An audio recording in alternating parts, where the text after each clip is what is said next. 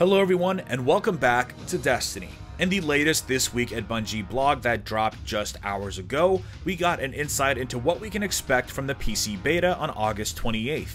And there seems to be a lot of response to community feedback and some big changes to the sandbox that we're going to be able to observe in the new beta. And on top of that, we got some confirmation on the differences between quick play and competitive, and it seems to be going in the right direction. Let's jump in and break it all down.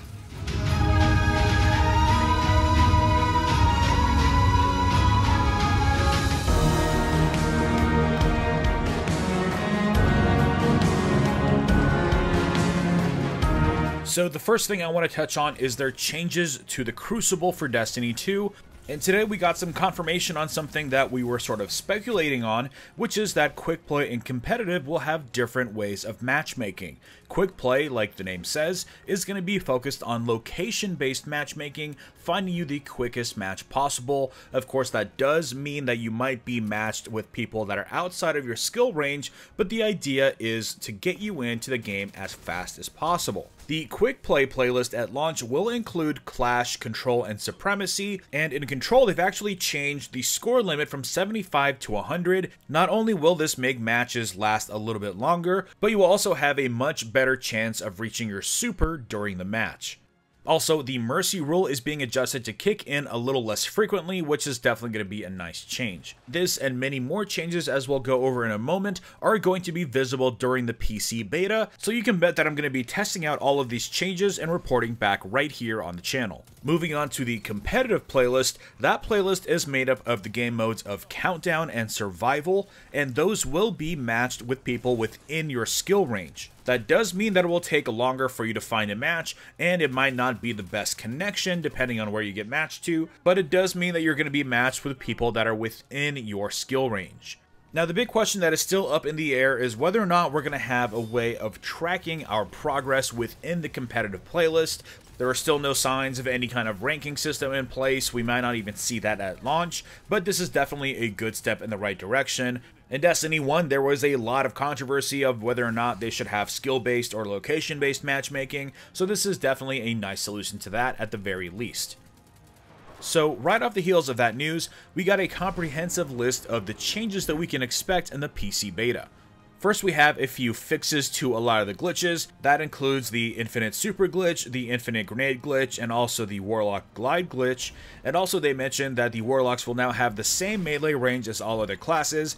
That's a change that we already knew about that was sort of glossed over very quickly, and that is that the melee range for all classes are the same now in Destiny 2. That was something that never really made a lot of sense to me, so thankfully we can kiss the Titan T-Rex arms goodbye. Now, a few things that they tweaked for the new beta is the global reduction of time it takes to charge your super. This is a huge deal. This also applies for PvP and PvE, so it's possible that if you're doing really well, you might be able to get your super twice during a control match, which is sort of like how it is now. I don't have any problems with this. I would actually prefer it quite a bit, so it's nice to see that change. We've also seen an increased grenade damage in PvE. This is something that I definitely noticed. Grenades seemed very underpowered, and so that power is being restored in PvE scenarios. And then we have increased power ammo drops in PvE as well. This is, of course, a big hot topic of discussion. And we already had some hints that Bungie was thinking of clever ways to get you power ammo more reliably, and it turns out that they've come up with the solution that all yellow bar enemies will be guaranteed to drop power ammo. Now, sadly, we don't have 100% confirmation on whether or not this will rely on getting a kill to a yellow bar, or whether or not you just have to contribute in some way. It does sound like it's guaranteed to a certain extent, so either way, that's pretty exciting.